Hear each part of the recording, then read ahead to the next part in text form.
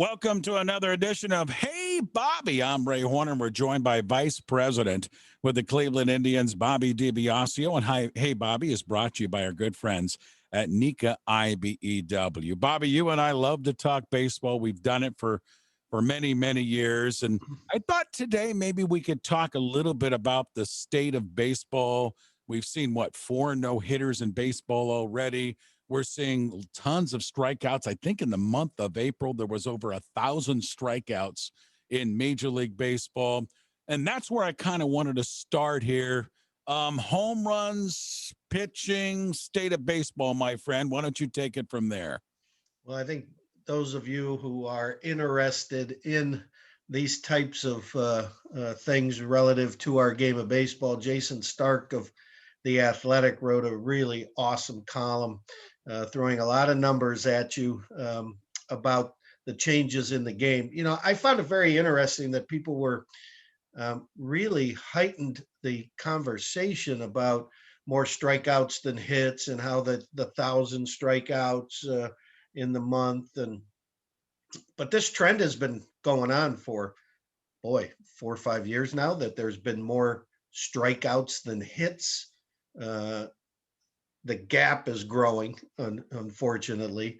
I think a number of years ago, the strikeout total only led the number of hits by a couple hundred, and that number has grown, where the gap between more strikeouts and hits has grown and grown.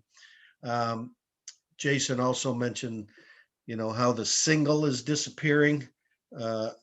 We all knew that because of the shift, that doubles were now decreasing as well. So they're just being lost somewhere in the game of baseball. Obviously, the shift is a major player there, Ray, and it's a tough discussion for people in uniform, because Terry Francona is one that has been pretty vocal about saying, you can't tell me where I can play my players. I get to position my team the way I feel my pitcher is going to attack a hitter and where I think that hitter is going to hit the ball. So how can you tell me where I can position my players?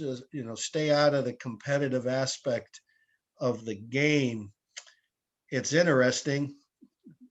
I don't know if there's been conversation in Akron yet, Ray, at Canal Park, but the rule in AA is there has to be 4 infielders with their cleats in the dirt. And after the first half of the season, they may think about making an addition to that rule, that they have to be 2 on the left side of second base and 2 on the right. Right now, you could do the shift in AA, but all 4 infielders have to be on the dirt portion of the infield. And then in the second half of the season, they may think MLB has the right to go to AA leagues and say, hey, we want to experiment with you having 2 on one side of the second and 2 on the other. So that's going to be interesting. Mm-hmm. One more thing. AAA's rule, larger bases. And I haven't read much. I'll have to see. They're just getting started, obviously, the minor leagues here in early May. But in AAA, the new rule are larger bases. The bases went from 3 inches. They grew. Let me see if I have my notes here. An increase of 3 inches from the 15 inches square base is used. So 18-inch square base used to be 15 inches. Now it's 18, and they lowered the base so guys don't slide over it and get tagged after they were safe and their leg comes off the base. They're hoping for better bang plays. Maybe the success rate of stolen bases grows. So there's been some interesting changes going on in the minor leagues as experiments. Low A has the automatic strike zone in play with the use of technology. So some Bobby, things, is yes. there a connect the dots? I guess is where I'm going, because I'm glad you went into the shift direction. Is there a connect the dots, because the shifting is causing these players to say, okay, if I can't hit it through them, I'm going to try to hit it over them. And then the other dot as you go lower is, teaching these guys to take that line drive and lice it into the left field corner or the right field corner. You mentioned the lack of doubles. So, one, it goes to the batter's box, I think, with the technology of hitting. Two, it goes to the shifting, is I can't get it through these guys. I'm just going to try to go over them. That's exactly right. And that's one of the things that's being discussed, I think, daily inside every baseball operations department. The philosophy was, if you're going to move people over to the right, well, I'm just going to hit it over your head and I'm going to go for a home run. And that's even with 2 strikes. I'm going to swing from the heels. You and I were taught, choke up on the bat, go the other way, just put the ball in play. And when you have 2 strikes on you, that's not the philosophy of the game today. It's take that big, strong cut and see if you can hit the ball over their head for a home run. Now, people always sit and watch games and say, man alive, the third baseman's playing where the shortstop is. Shortstop's over on the other side of second base. Why can't a left-handed hitter just drop a bunt down the left field line or swing away and try to hit a ball down the left field line? Couple reasons. First and foremost, picture yourself standing at the bat. You're a left-handed hitter. Look at the plate. You do not get a ball pitched middle out towards the right-handed batter's box to be able to really take that ball unless the pitcher makes a mistake. He's pitching you more than middle in to make sure you hit the ball to right field, that it's so hard. And if you step off the plate a little bit in the batter's box, you're putting yourself in a spot that you're not normally used to with your plate coverage. So there's a lot going on there that the pitcher isn't going to give you a whole lot of room to be able to extend your arms to go down left field. The other day, Andres Jimenez, I think, started off our inning with a bunt down the third baseline. He's batting ninth. He's struggling at the plate a little bit and thought he'd just get on base. And, you know, I stood up and clapped at that bunt down the third baseline just to get a runner on, get the pitcher into the stretch. You don't know what that might do to him. And with our pitching staff, when we get ahead, we play from a lead. We normally win, and I think that's a great strategy for us, is just to get guys, get them over, get them in, right? Get them on, get them over, get them in. That's not necessarily the philosophy of today's game. But when we drafted somebody like Bo Naylor, number 1, the catcher, his brother Josh, obviously on the big league roster, one of the things I heard from our baseball people was that he's a kid that sprays the ball all over the field. He's got great bat control. He really can put the barrel of the bat on the ball and hit to all fields. And I thought to myself, oh, I wonder if we're now thinking, as the shift has gone from a player playing only one position and one position only to versatility, that player needs to, like a Nolan Jones, just in our system, our number 1 prospect isn't just a third baseman. We've got him playing corner outfield and first base to help the big league team with his versatility. Instead of the big bopper, we're getting kids that can spray the ball and put it in play with more regularity. So it's an interesting discussion for sure. You mentioned Terry Francona. He's also quoted as saying the game through the years takes care of itself.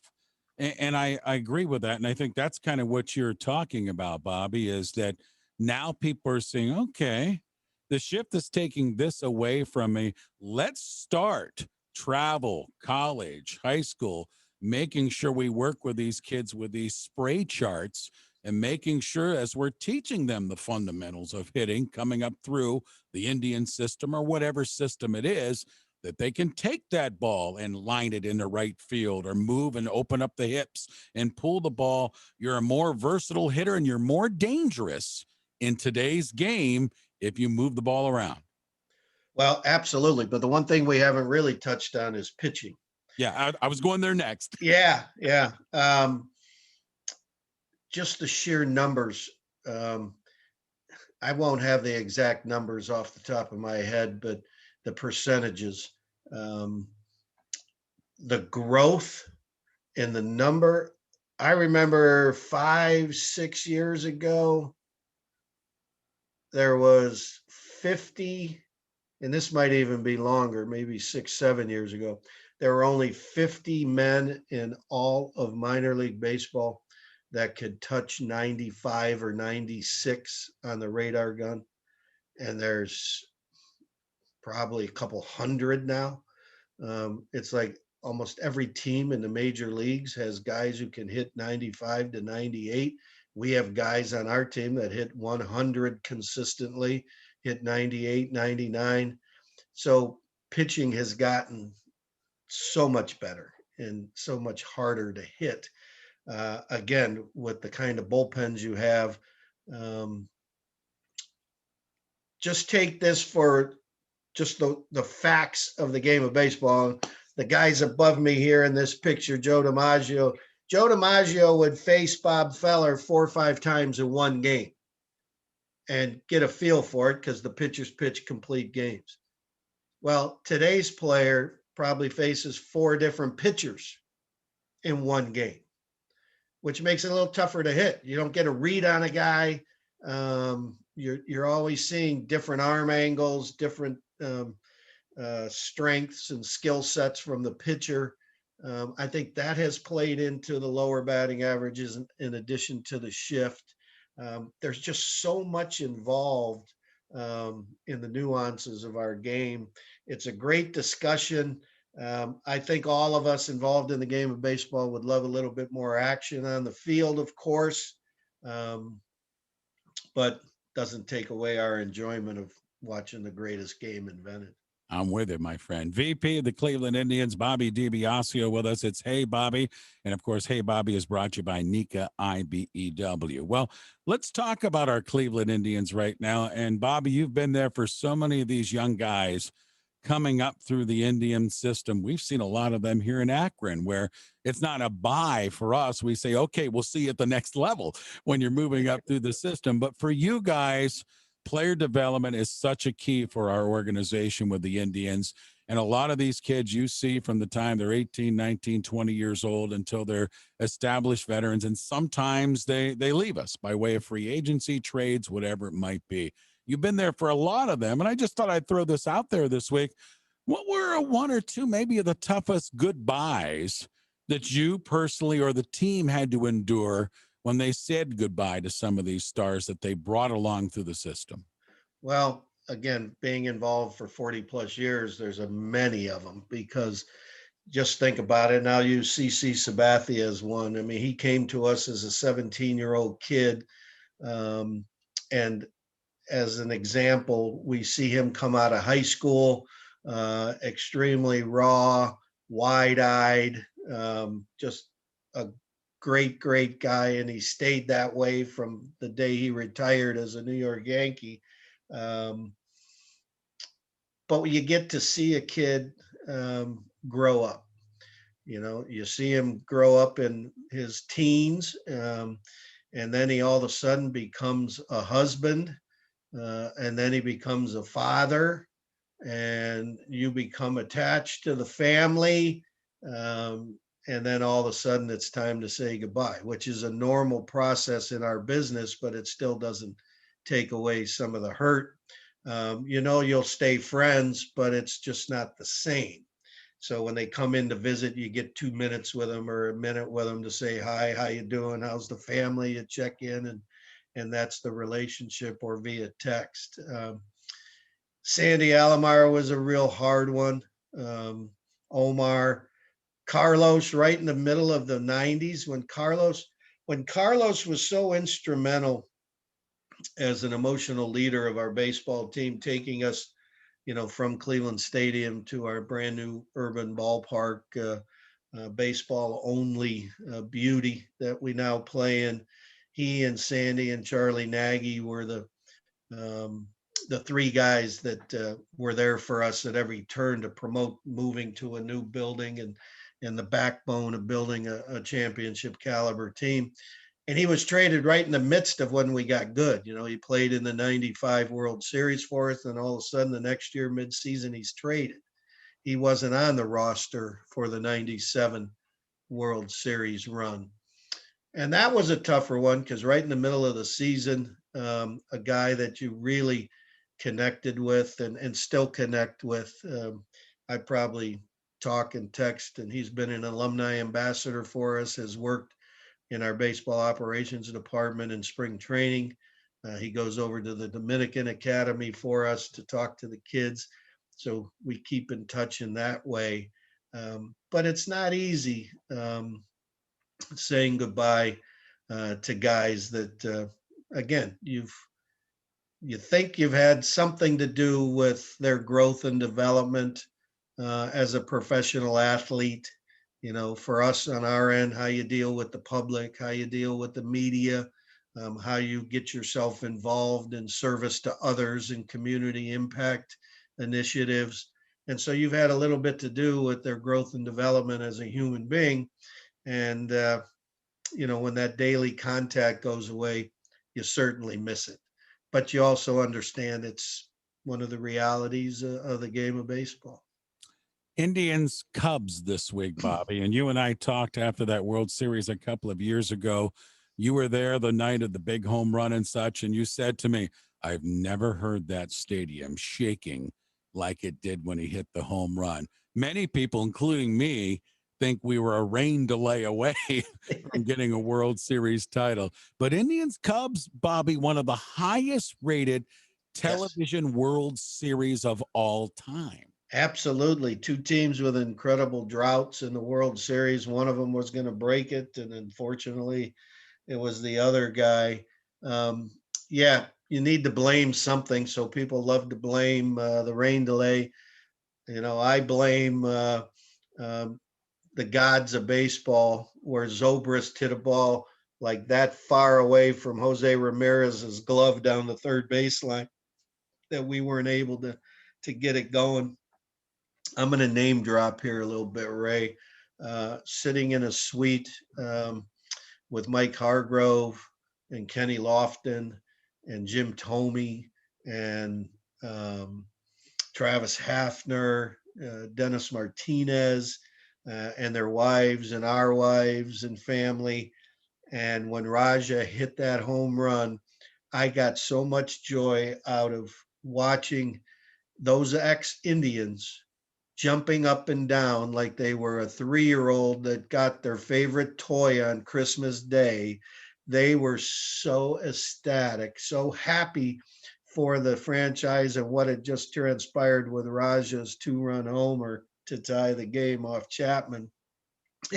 Everybody's jumping and hugging each other. And as you looked out over the ballpark, um, I thought when Sandy Alomar hit the home run in the postseason game against the Yankees off Mariano Rivera in the 8th inning, I thought that was the loudest I'd ever heard our ballpark until that night.